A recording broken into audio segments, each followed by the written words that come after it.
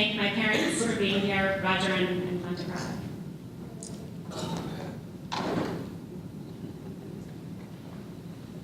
So the date was Sunday, October 22, 2017. The scene was the morning worship service at First Baptist Church in Dallas. In the recent past, a gunman had opened fire on concertgoers at a crowded music festival in Las Vegas, leaving 58 people dead and over 800 injured. The administration and many lawmakers offered thoughts and prayers to victims and their families, but did nothing to prevent future attacks. Hurricane Maria, one of the most intense Atlantic storms in history, had desecrated the island of Puerto Rico, killing hundreds of people and causing upwards of $900 billion in damage and leaving millions of people without power. President Trump responded by tossing paper towel rolls into a crowd in San Juan and then largely leaving Puerto Rico to fend for itself. Sergeant LaDavid Johnson and 3 other American soldiers had been killed in an ambush in Niger, only for Johnson's wife, Maisha Johnson, to receive a call from President Trump in which he purportedly reminded her that her husband knew what he had signed up for. None of these situations were mentioned during the worship service at First Baptist that Sunday, though it is not unusual for current events to be ignored in American worship services in the name of keeping politics out of the church. What was remarkable about that Sunday service was not that the most vexing issues of the collective conscience were treated as irrelevant to the life of faith, but that the church's pastor felt perfectly comfortable getting political in an entirely different way. The pastor, Robert Jeffress, had invited Fox News political commentator Sean Hannity to give a 15-minute interview during the middle of the worship service about a new movie Hannity was producing. Hannity, who has vociferously defended alleged sexual predators like Roger Ailes and Roy Moore, called LGBT people disparaging names and labeled the AIDS epidemic a gay disease, promoted both birtherism and other conspiracy theories, denied climate change, and unabashedly defended the Trump administration, was introduced by Jeffress as my friend and Rachel Maddow's worst enemy. Before a packed audience in the Dallas megachurch, Jeffress shamelessly helped Hannity peddle his product and his politics. When Republican Senator Ben Sasse questioned Jeffress for his mid-worship service interview with Hannity, Jeffress responded that he thought it was inappropriate for a politician to criticize the actions of a local church pastor, and he demanded that Sasse apologize. How did we get to a place in American cultural life in which this disturbing story is possible? What is going on behind the rhetoric of figures like Robert Jeffress and Sean Hannity, who fashion themselves as Christians and conservatives as if the two were one and the same? How did American Christianity come to be emblemized by ardent supporters of President Trump, who by no accident are white men in fancy suits? How can people of faith speak life, hope, and beauty into such toxic and polarized political situation? In these lectures, I will address these questions, hoping to shed light on contemporary culture wars and propose ideas for Christian cultural engagement that are not held captive by the culture war framing desires. I will adapt a method of practical theology, a discipline which seeks to bring together theological and social theory and the practice of religious life into alignment. Practical theology often proceeds in 4 moments or tasks, as articulated by Richard Osmer.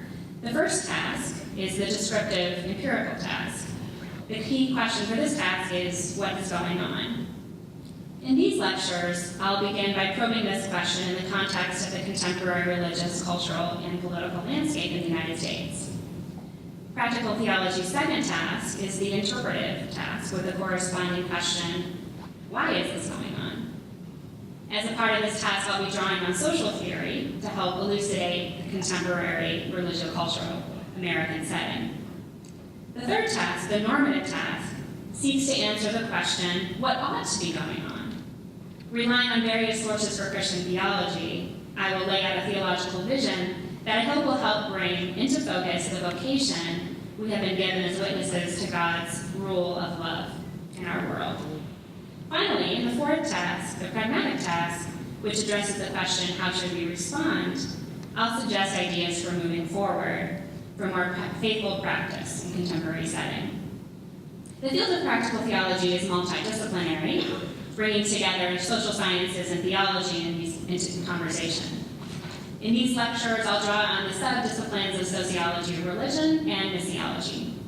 Tonight's lecture will focus on the descriptive, empirical, and interpretive tasks, and will largely be an exercise in sociology of religion. And tomorrow will be focused on the normative task and the practical task, and will be an exercise in missiology. In many ways, the American cultural landscape resembles two towering cliffs on opposite sides of a vast canyon.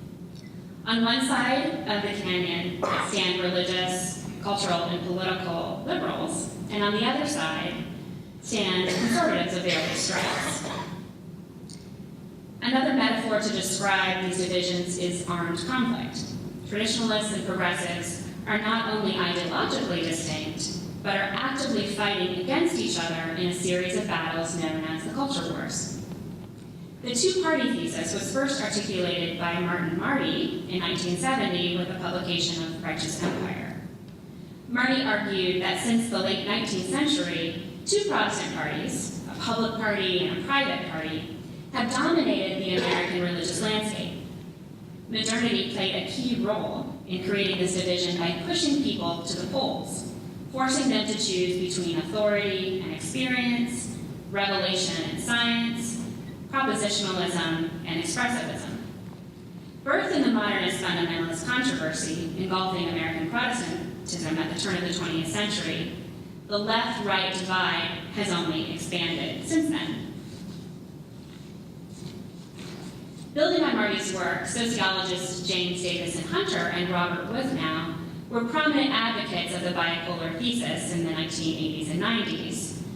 Withnow maintained that following World War II, American believers became increasingly polarized along the left-right continuum, regardless of religious tradition or ecclesiastical affiliation. Through the middle of the 20th century, broad religious traditions like Protestantism, Catholicism, and Judaism provided the salient categories of American cultural life, with each tradition presenting a particular way to be American. As communities became more religiously diverse and interfaith cooperation became more common in the decades following World War II, this sorting by religious tradition became less meaningful. A new cleavage developed in the context of the social upheaval of the 1960s, revealing a wide gap between values and behavior in American life. Emerging on one side of the divide were those who stressed the importance of right belief and individual responsibility, and on the other side were those who stressed the relativity of belief and the need to reform social institutions and systems. The division between conservative and liberal Christians, residual from the modernist fundamentalist controversy, became paramount in the 1960s and the decades following.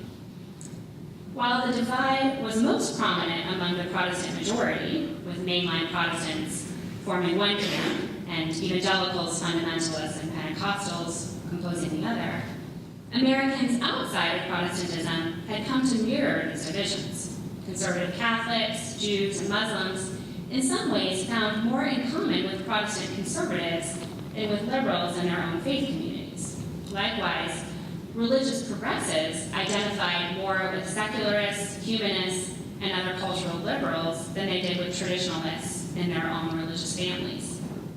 Withnow pointed to a deep hostility between the two camps, each side struggling to trust or even coexist with the other. Sociologist James Davison Hunter homed in on this hostility in his 1993 book, Culture Wars, which popularized the term. Hunter acknowledged that points of contention had always existed in American religious life. However, while differences in the past were largely political, ethnic, and ecclesiastical, they had now become cosmological. The principal disagreements no longer revolved around specific doctrinal issues or styles of religious practice, but rather around fundamental assumptions about values, purpose, truth, freedom, and collective identity, said Hunter. Hunter labeled the poles of this cultural religious axis orthodoxy and progressivism. Those in the orthodox camp believe that there should be clearly defined limits on human behavior, and they look to traditions to set those limits. The progressives, on the other hand, re-symbolize historic faith to speak to the contemporary situation, and they look to their own thinking and experience as guides for behavior. Hunter described the culture wars between these two groups as ubiquitous in American life, with battles being waged in voting booths, school board meetings, Sunday school classes, and newspaper columns. In dialogue with these cultural war theorists, various scholars have examined how the culture wars have evolved in the American cultural landscape since the culture war thesis was first articulated. Some have argued that American culture has only become more bifurcated over the last generation, with neighborhoods, educational institutions, churches, and social media spaces increasingly becoming echo chambers in which dissent from ideological party lines is forbidden and even punished. A 2017 Pew poll found that over 80% of both Republicans and Democrats have unfavorable views of the other party, and shares in both parties of people with very unfavorable opinions of the other party have more than doubled since 1994. Nearly half of Americans say they disagree not just with their opponent's political views, but with their values and goals beyond politics as well. And nearly 2/3 of Americans find it stressful to even talk about President Trump with someone who disagrees with them. In this bitterly divided environment, politics itself has become a zero-sum game, with gridlock being the norm and rollback of the opposing party's gains a central goal of each party. Meanwhile, other scholars have called into question the two-party thesis articulated by Marty, Withnow, Hunter, and others. One prominent issue is the plasticity of the categories liberal and conservative, with these monikers being vacuous as a result. Many Americans resist being categorized as either liberal or conservative, their views not fitting neatly into either category. What's more, while religious attitudes inform Americans' positions on social issues, such as abortion, gay marriage, there are other issues, such as environmental protection, the size and role of the government, tax policy, that are linked more to social class, education, and region. Another critique of the two-party thesis is that it relies on white, Protestant, male normativity and fails to account for the diversity of experiences and perspectives among other populations, notably people of color, women, and non-Protestants. Pushed to identify with one camp or another in the culture wars largely instigated and waged by male Anglo-Saxon Protestants, many outside of this demographic group find the culture wars largely irrelevant to their concerns. Each of these critiques notwithstanding, in the age of Trump, another challenge rises to the surface, and that is the changing role religion plays in cultural warfare. Religion has factored prominently in analysis positing a bi-party system in American life, not just as a category of belonging, but as a source of moral reasoning. At both poles, so the argument goes, are people who rely on religious convictions to determine their positions on contested issues such as abortion, prayer and religious teaching in public schools, gay marriage, and gun rights and safety. Conservative Catholics, Protestants, Jews, and Muslims have fallen on one side of the debate, while religious and secular liberals have fallen on the other. To the extent that religious reasoning was a prominent feature of the cultural divisions in the decades following World War II, through the beginning of the 21st century, the contemporary cultural wars have taken a decided turn away from questions of transcendent meaning. Certainly, people still bring their deepest values to the public square, but these deepest values are tied to social identity more than transcendent meaning. Hunter argued that the poles in the culture wars were defined by religious worldview rather than identity markers such as ethnicity, class, religious affiliation, or political party. The contemporary culture wars are just the reverse. Religious reasoning has not disappeared from the rhetorical weaponry of the culture wars, but on both the right and the left, this reasoning is often used as a cover to promote identity politics or to elevate interest groups. We are witnessing not just a secularization beyond religious traditions, but also a secularization from within. Secularization is a squishy and controversial term that has meant different things to different people, so it's worth clarifying. Secularization theory emerged as a lens for understanding the impact of modernity on religion, primarily in the West. In its original iteration, secularization theory held that accompanying the growing influence of science, reliance on the bureaucratic state, urbanization, industrialization, and the rise in capitalism, modernity booted religion from public life and relegated it to the private domain. Early secularization theorists also maintained that corresponding with the rise in modernity, religion lost its explanatory power and ability to determine personal and group identities. Founding figures of sociology of religion in the early to mid-20th century took for granted that religion was in decline, and many predicted that it would completely disappear. As the 20th century progressed, and religion not only failed to disappear, but in some ways became more vibrant, social theorists began to rethink this logic. Some reject secularization theory altogether. Various others, such as Mark Shaves and Robert Withnow, have circumscribed secularization not as the decline of religion carte blanche, but rather as the decline of religious authority at the societal level. In this process, religious institutions have foundered, while religious beliefs and practices have remained vital, yet dispersed, individualized, and idiosyncratic. Clearly, religious institutions in the United States have borne out this decline. Americans have fled from organized religion in staggering numbers over the last generation. Those who classify themselves as spiritual but not religious and secular are a growing subset of the American population. And the institutional vitality of many mainstream religious institutions is at an all-time low.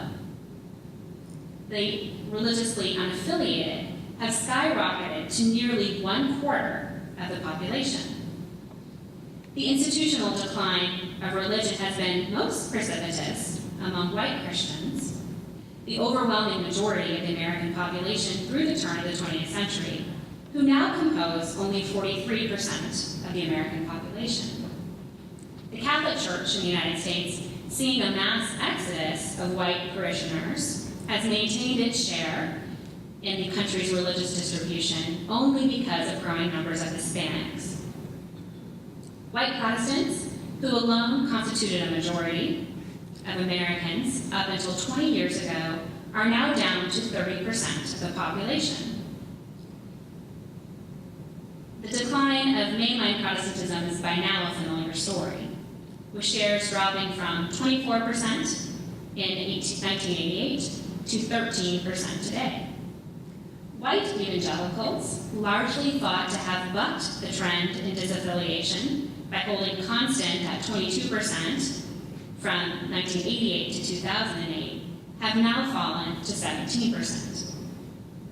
As Robert Putnam and David Campbell have illustrated, decline in both of these groups has been primarily due to disaffiliation among younger members, resulting in an aging population of white Protestants. African American Protestantism has largely held steady over the last generation at 8% of the population, though African American Protestantism, too, has seen an aging of their co-religionists. Christians in denominations across the board are on average much older than they were in previous decades, and over 1/3 of millennials are now religiously unaffiliated. This facet of secularization certainly plays into the American culture wars. Institutional decline leads to fear, anxiety, and nostalgia among members, producing a temptation to grasp at legitimacy, no matter the cost, in a bid for self-preservation. Tainted by exposed sins, both active and passive, religious institutions themselves lose their credibility among the general public and become easy targets of attack. Religious institutions become reified by the right and caricatured by the left. But another mode of secularization is perhaps even more influential in the contemporary culture wars. This mode of secularization is what Catholic philosopher Charles Taylor calls the immanent frame.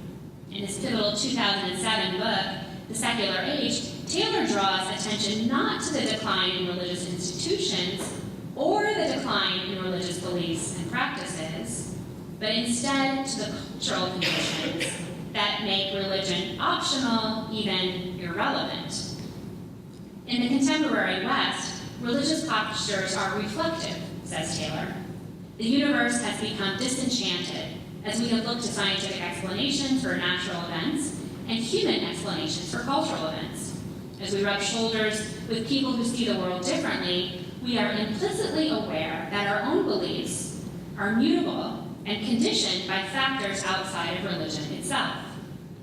The conditions of belief have changed such that Westerners are now unable to believe without reservation, without uneasily looking over their shoulders, as Taylor says. As trends such as growing numbers of people who identify as spiritual but not religious illustrate, spirituality itself is increasingly imminent in American society. Linda Mercadante's study of the spiritual but not religious reveals a worldview that does not look to a transcendent personal God, but rather this worldly energies as sources for spiritual power. Similarly, Kelly Basecki's profile of an emerging group of people who practice religion reflexively, envisioning religion more as poetry than belief, preferring spiritual experience to doctrine, embracing pluralism over allegiance to particular traditions, and celebrating ongoing inquiry rather than finding answers. Taylor argues that it was Protestantism itself that produced the immanent frame. Early modern reform movements de-linked salvation from human flourishing in history, instead envisioning salvation as a transaction that determined one's destiny after death. In this move, salvation became largely tangential to life. Protestant theology also extracted individuals from society and society from the cosmos, promoting a human-centeredness that was only one step away from humanism. Christianity became increasingly identified with bourgeois moral codes rather than sacred power. The Enlightenment narrative supposed that people needed only their innate reason and benevolence to bring about progress, thus rendering God extraneous. Even when the Enlightenment project came crashing to the ground in the wake of 2 world wars and exposure of the underbelly of colonialism, it remained possible, even probable, for people to experience the world as entirely immanent. The 1960s ushered in a culture of expressive individualism, in which each of us has our own way of realizing our own authenticity. As people have come to accept only what they believe rings true to their inner selves, the link between religion and civilizational order has been all but severed, says Taylor. Early secular secularization theorists' prediction that religion would disappear in industrialized societies has been patently false. Religious beliefs and practices remain a vital part of American life. Even though the number of religiously unaffiliated Americans has skyrocketed, very few Americans consider themselves atheists. The decline of traditional religious institutions has not resulted in widespread unbelief, but rather in religious experimentation, innovation, and hybridity. Religion and spirituality have evolved more than disappeared. They are increasingly diffuse, individualized, and therapeutic, rather than socially cohesive.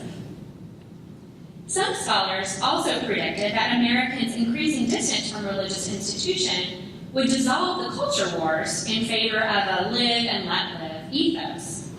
But that hasn't been the case either. Far from settling into a comfortable irreligiosity, our society is deeply cross-pressured. The ubiquity of the immanent frame has not resulted in a social consensus and a shared sense of meaning. In fact, the culture wars have arguably only become more vitriolic. Rather than disappearing, the lines between us and them have darkened, and alliances have become even more prejudicial.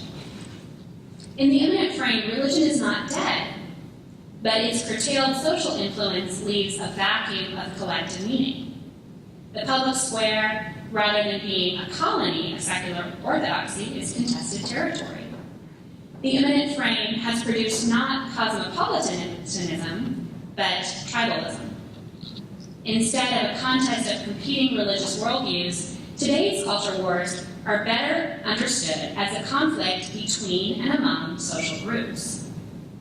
Various scholars have identified in American culture a tension between monism and multiculturalism, or particularism and pluralism, but in Trump-era America, particularism is eclipsing pluralism, with those on the left in some ways as unwilling to accommodate difference as those on the right. Some facets of the culture war are overtly tribal, illustrated at the polls by the alt-right agitators and social justice warriors. As the alt-right phenomenon reveals, some cultural conservatives are blatantly drawing boundaries of belonging and value along the lines of nation, race, and class. The Southern Poverty Law Center has documented an alarming increase since 2014 in hate crimes and hate groups. Many of them white supremacists aligned with the alt-right. These hate crimes target religious, ethnic, and sexual minorities. The Anti-Defamation League found that anti-Semitic instances alone rose a staggering 57% in 2017, the largest of any year on record. While correlation and causation are always difficult to untangle, President Trump has clearly emboldened white supremacists with his fear-mongering and racist rhetoric. Some progressives are also constructing battle lines on the basis of identity. Race, gender, sexual orientation, and other identity markers have been absolutized by some on the left, suggesting that a central priority of oppressed groups is to protect and to promote their own constituency without regard for the well-being of others. Instead of acknowledging race as a social category, some progressive thinkers essentialize race, leading to what Thomas Chatterton Williams describes as a disturbing trend in left-of-center public thinking. Identity epistemology, or knowing through being, somewhere along the line became identity ethics, or morality through being. This approach, says Williams, ends up giving whiteness power by mirroring images of race held by white supremacists. This no-compromise approach also shows up in the demand for ideological conformity that has become pervasive on many college and university campuses and on social media. Violence has erupted on campuses around the nation, targeting marginalized groups in some instances, and professors, invited speakers, and students who deviate from cultural orthodoxies in other instances.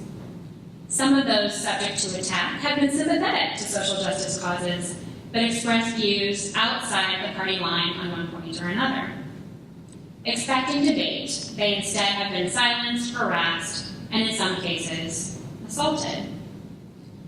Various progressive activists have pointed to a culture within their ranks that is so insistent on ideological purity that they feel constant pressure to police themselves, lest they be called out by their peers as heterosexist, ableist, fatphobic, transmisogynistic, sexist, imperialist, racist, or xenophobic.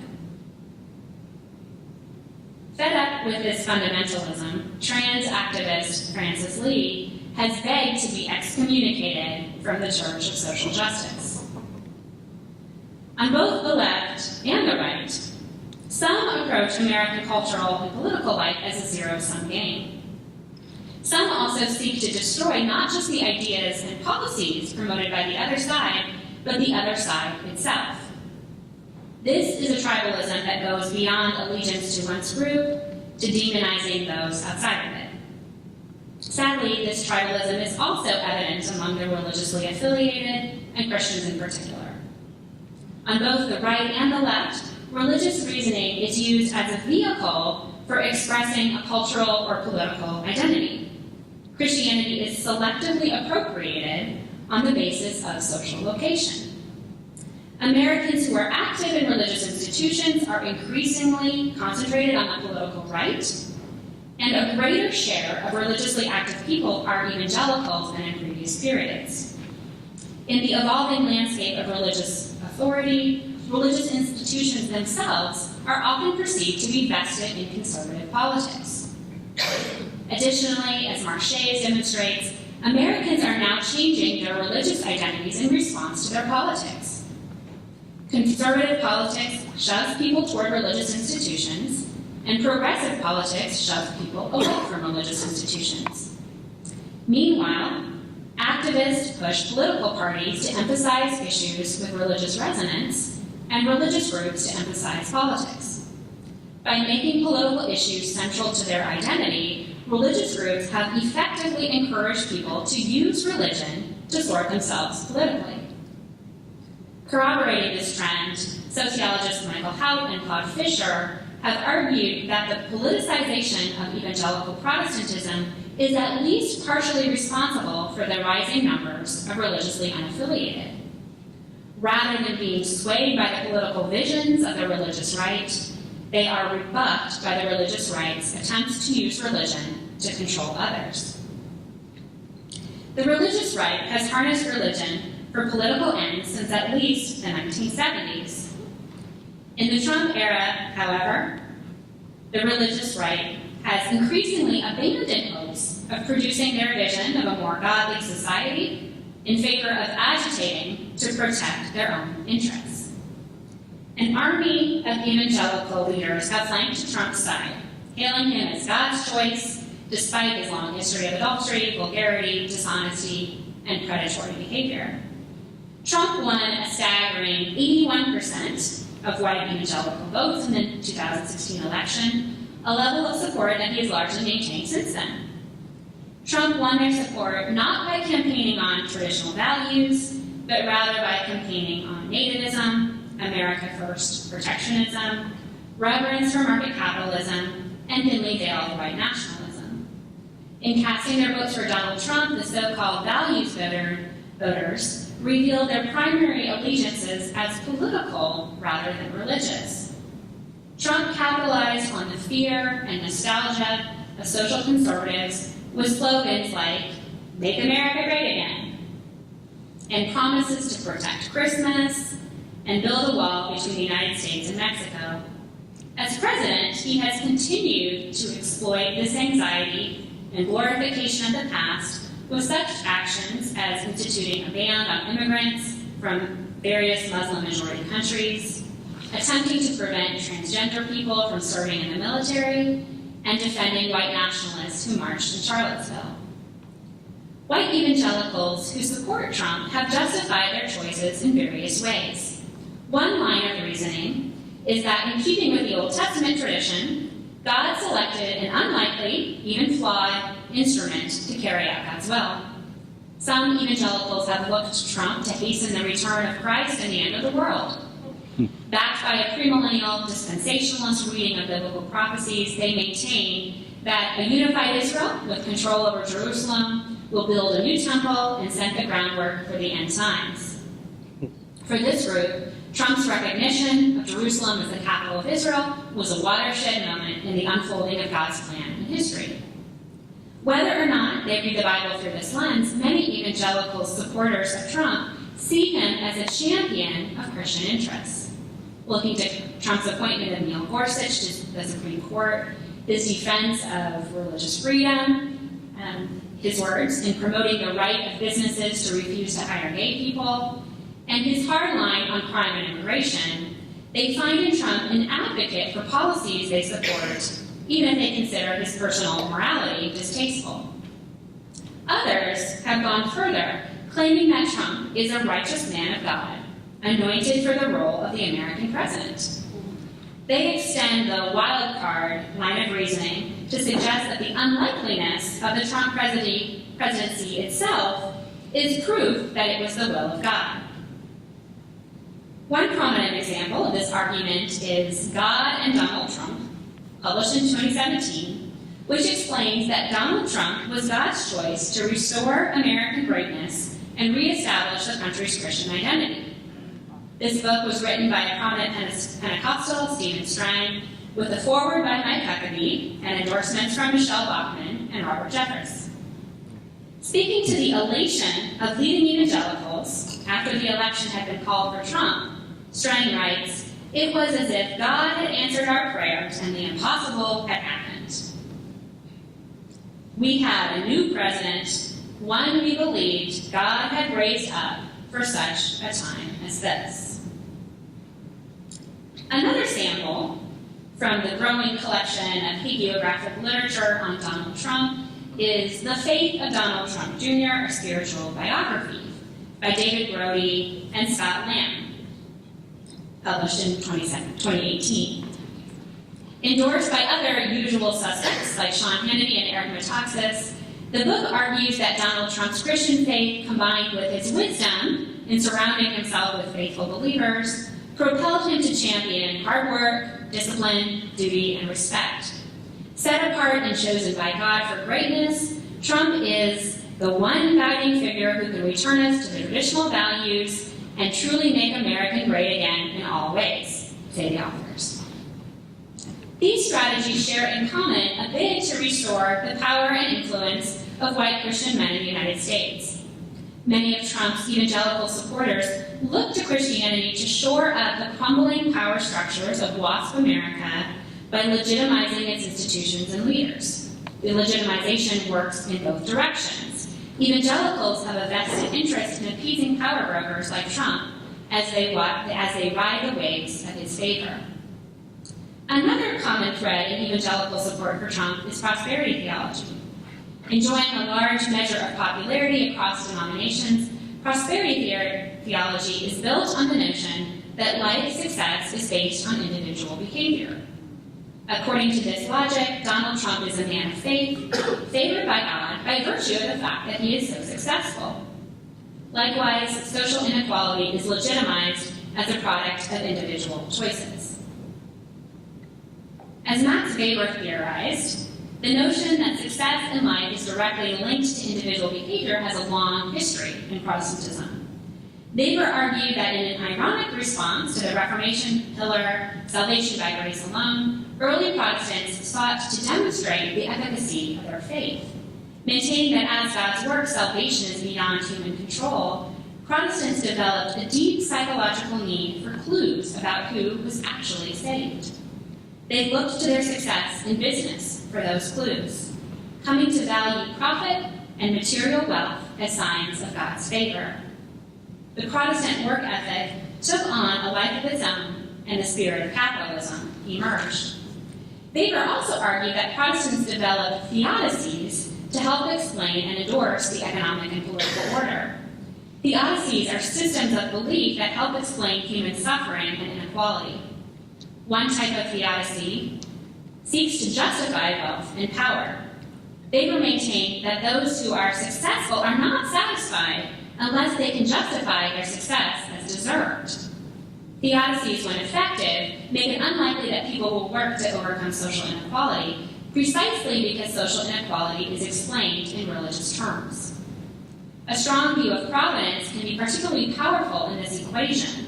If God is all-powerful and directly responsible for the course of human history, then existing social arrangements are the will of God and thus sacrosanct. Trump supporters reflect a broad economic swath of white America, from the working class to the wealthy elites. The political touchpoint for a theodicy of good fortune in the Trump era is nostalgia for a crumbling social order. Andrew Sullivan has argued that all conservatism begins with loss. Make America Great Again is at once a recognition of loss and the dominance of white Christian America, as well as a promise to restore that dominance. Anxious about the old order passing away and a new order emerging, white evangelicals can find in Trump not just someone who promises to restore their lost influence, but also someone who demonstrates that such influence is their birthright. The effort to protect the dominance of white Protestantism is fueled by evangelical efforts to cast themselves as a persecuted minority. Sociologist Nathan Glazer has labeled this strategy as defensive offensiveness. In a 2017 poll conducted by the Public Religion Research Institute, 57% of white evangelical Protestants said that there is a lot of discrimination against Christianity in the U.S. today, whereas only 44% that Muslims face a lot of discrimination. White evangelicals were the only religious group more likely to believe Christians face discrimination compared to Muslims. Many white evangelicals use this self-perception of victimhood as a defense for Machiavellian politics. Whatever their justification for supporting Trump, evangelicals have crossed into an ethical territory in which the ends justify the means. As Robert Jones has said, the Trump era has effectively turned white evangelical politics ethics on its head. Rather than standing on principle and letting the chips fall where they may, white evangelicals now fully embrace a consequentialist ethic that works backward from predetermined political ends, refashioning or even discarding principles as needed to achieve desired outcomes. Considering themselves a persecuted minority whose very way of life is under threat, many evangelical Trump supporters are willing to abandon values once thought to be central to the evangelical movement in order to protect their self-interest. Support for Donald Trump is widespread, though not ubiquitous, within white American evangelicalism. Among white evangelicals who find Trump's presidency problematic, considerable energy has been expended to defend the movement so closely linked to Trump's campaign. An invitation-only meeting of prominent never-Trump evangelicals is happening on the campus of Wheaton College as I speak for that purpose. Several members of the evangelical intelligentsia have invoked historian David Beddington's famous evangelical quadrilateral to defend evangelicalism as a theological movement rather than a cultural or political one. For Beddington, evangelicals are marked by four distinct characteristics: conversionism, activism, biblicism, and crucicentrism, a stress on Jesus' substitutionary sacrifice.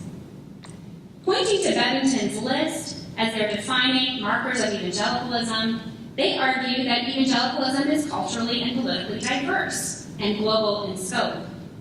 The evangelical movement in general, they claim, should not be blamed for the bad behavior of the American religious right. These evangelicals are perhaps too quick to exonerate the larger movement.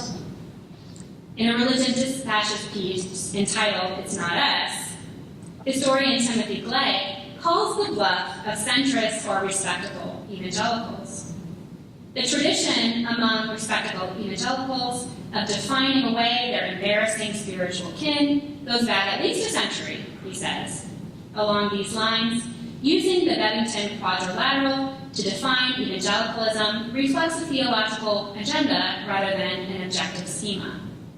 Defining evangelicalism in vague spiritual terms is a strategy to avoid self-implication, says Legg. This strategy enables evangelicals to ignore hard questions about the link between American evangelicalism and racism, sexism, bigotry, and triumphalism, which is why being an evangelical means never having to say you're sorry. Another indication that evangelicalism functions primarily as a political and cultural movement is its overwhelmingly white composition. If American evangelicalism was primarily a theological movement, then presumably people of color who resonate with the Bevington quadrilateral would feel at home in American evangelicalism. Especially since President Trump took office, however, a growing number of Christians of color are renegotiating their relationship with the movement based on their suspicion that American evangelicalism is racist at its core. For the last 4 decades, an evangelical initiative many call racial reconciliation has ebbed and flowed in evangelical life.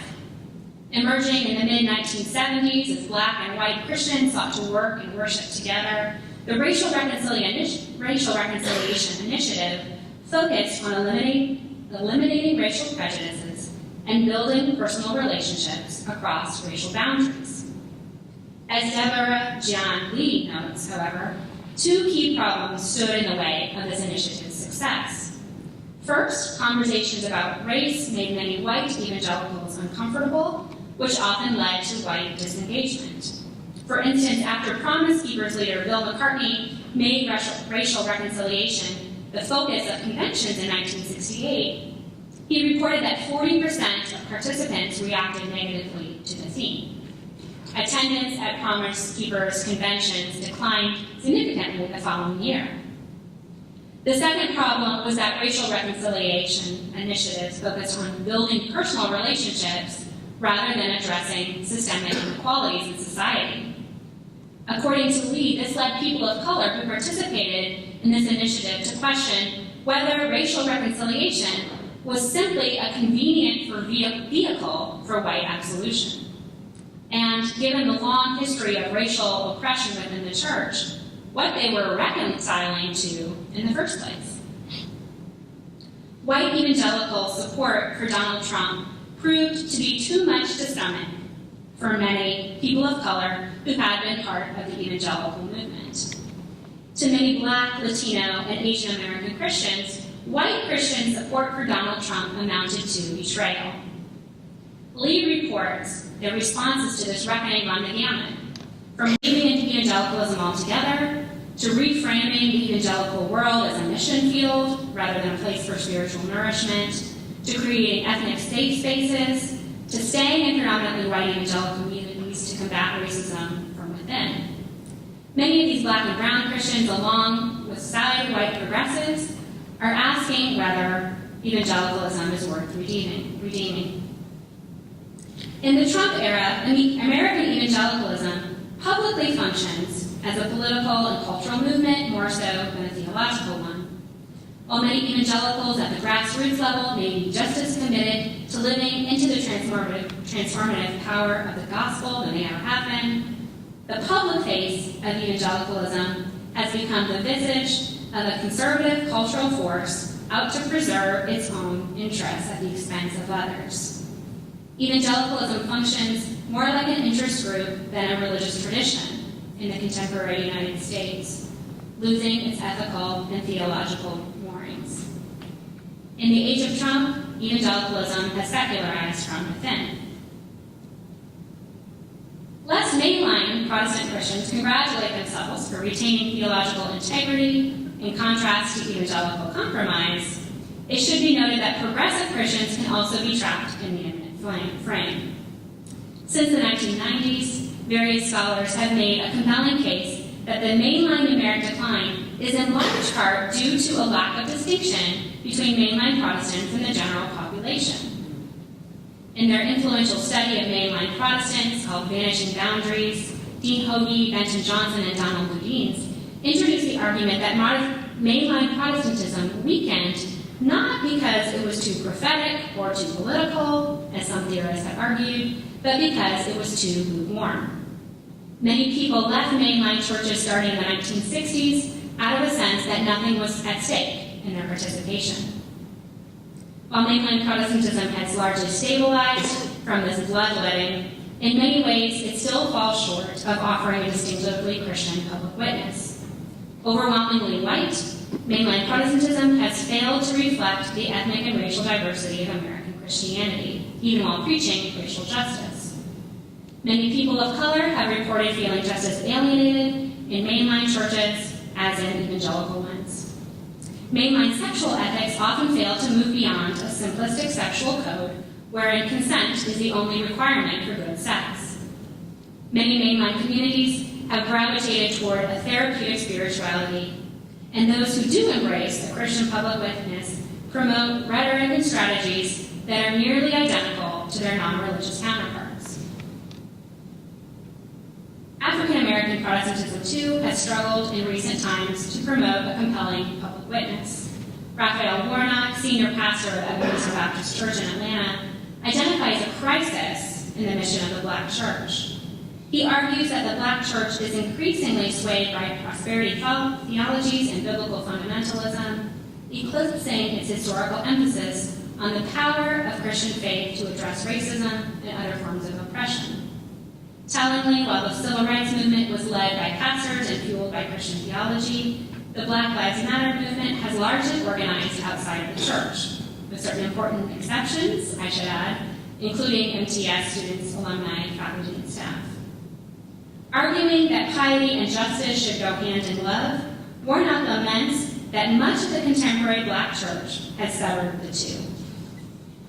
Progressive Christians in today's landscape, whatever their ethnicity or tradition, have in some ways fallen into the same trap as conservative Christians.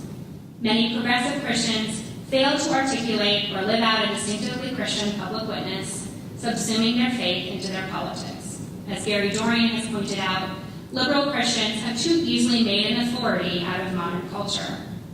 Their compromise with modernity has essentially rendered them unremarkable. As historian Kristen Coates-Dumais has argued, both progressives and conservatives have a God problem. Dumais writes, biblical teachings, theological commitments, and religious values have become so enmeshed with party politics that it has become impossible to speak a language of faith that transcends politics, and perhaps ultimately to communicate religious truths within as well as across political factions. When politics trumps faith, the prophetic voice is silenced, and without the prophetic, religion itself becomes something else entirely. As Dumais argues, both conservative and progressive Christians have secularized public life by using faith as a political tool rather than letting Christianity speak on its own terms. Italian political theorist Emilio Gentile has identified a sacralization of politics. This sacralization of politics, he says, is in part an affirmation of state sovereignty in relation to the church, and in part a glorification of the nation as supreme entity to which citizens owe devotion. In the Trump era, the sacralization of politics is glaringly evident. Politics is supreme, with Christianity weaponized as a means to a political end. Christian nationalism is perhaps the most alarming feature of the sacralization of politics in contemporary American society. Christian nationalism turns Christianity into a bid for social dominance. By prioritizing self-interest over the common good, refusing to acknowledge the country's heinous legacy of white supremacy, and embracing the myth of American exceptionalism, Christian nationalism hovers dangerously close to the form of German nationalism that produced Nazism. In its ambivalence toward egalitarian norms, this form of nationalism abandons the widespread Christian conviction that concern for the well-being of all humans trumps loyalty to one's clan. Christian nationalism may be the most pernicious expression of entrapment by the eminent frame, but in some ways it is a symptom of a larger problem of Christians failing to take their faith seriously, not just as a personal blessing, but as a call to self-transcendence, a call to love God and neighbor, and to participate in God's reign of justice and peace. In a pluralistic society such as ours, the public square needs to be protected from religious totalitarianism. But it also needs voices that advocate for the common good, and especially for the welfare of the marginalized and the oppressed. People that purport to follow in the way of Jesus are uniquely poised to offer those voices.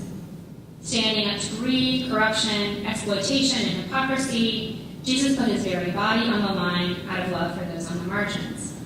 He did this not because he was trying to score a point for his team or signal his virtue to his peers.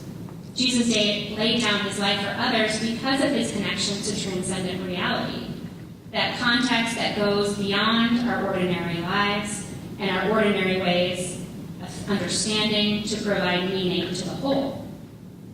Constrained as we are by the limitations of the immanent frame, we desperately need this sense of holistic meaning.